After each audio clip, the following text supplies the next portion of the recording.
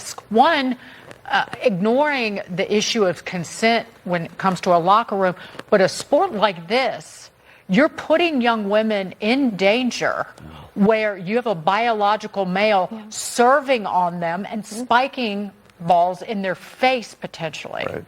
Yeah, and what Sean is fighting for at the core of all of this is he just wants reality to be recognized. He wants people to recognize and respect that there are biological differences between men and women. And Dagan, you bring up a great point, Trump's executive order. In Michigan, the Republican-controlled House has put forward 2 pieces of legislation to protect girls in sports, but the Democrat-controlled Senate will not hear those things. And President Trump's executive order is wonderful. He's fighting, but it only goes so far if you get a Democrat in the White House who rescinds that executive order. And Congress seems to have no appetite to actually codify not only this executive order, every executive order. So if we lose the White House in a few years or 10 years, whenever it may be, we're not going to have the protections in place for these young girls at the federal level or at the state level.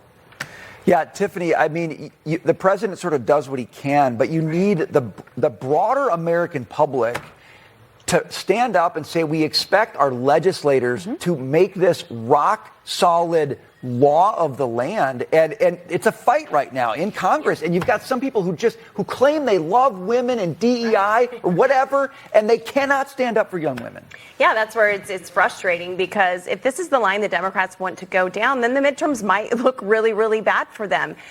This is a nonpartisan issue. This is about protecting young girls and young women in this country and protecting our space for opportunity. Yeah. And what women, like I said, have fought so hard to create can just be wiped out like this if we do not stand up in our legislature and with our lawmakers. I urge parents to call them to make sure that you are calling, make sure their phones are ringing off the hook on this issue if they are not supporting it and backing it.